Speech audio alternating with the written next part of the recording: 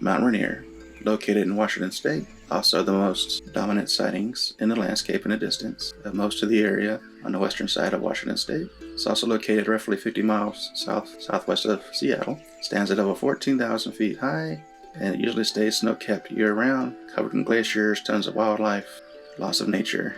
But that's not why you're here. You are here to hear about the spooky stuff. Stay tuned after my intro, and I'll tell you a few of the stories.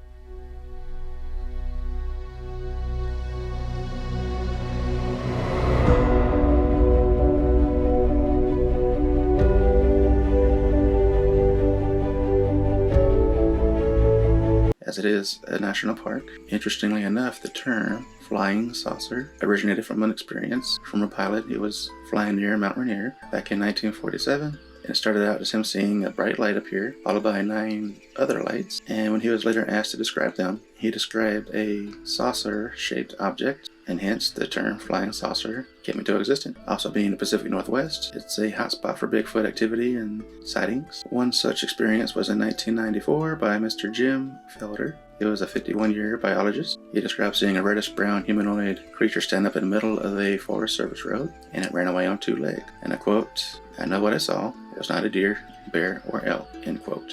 He reported it as, quote, "It was humanoid," end quote. He said it was also hunting season, so he doubted it was a joke. In the summer of 2006, a service worker in the area was maintaining one of the trails. She heard the sound of rocks being smashed together. At first, she thought maybe a bear, but then she saw a dark brown leg and then a face. And it wasn't her first or last experience on the job in that area. Bigfoot sightings are so common in the forests of Washington State that 9 out of every 100,000 Washington residents have seen Bigfoot. There have been other various encounters, experiences, like hikers saying they hear noises, that they camp out there at night. They hear the sound of wood knocking, which is how to say Bigfoot communicates or warns other Bigfoot or people in the area. Basically, they take a big stick and just start hitting the side of a tree. It's also used as a technique to get responses from a Bigfoot. Another common experience is where people do think that if there's one in the area, they experience rocks being thrown at them. Also, footprints are pretty common. There are lots of plasters made of these footprints just to solidify the potential of Bigfoot's being out there. So in summary, Mount Rainier seems to have UFO activity,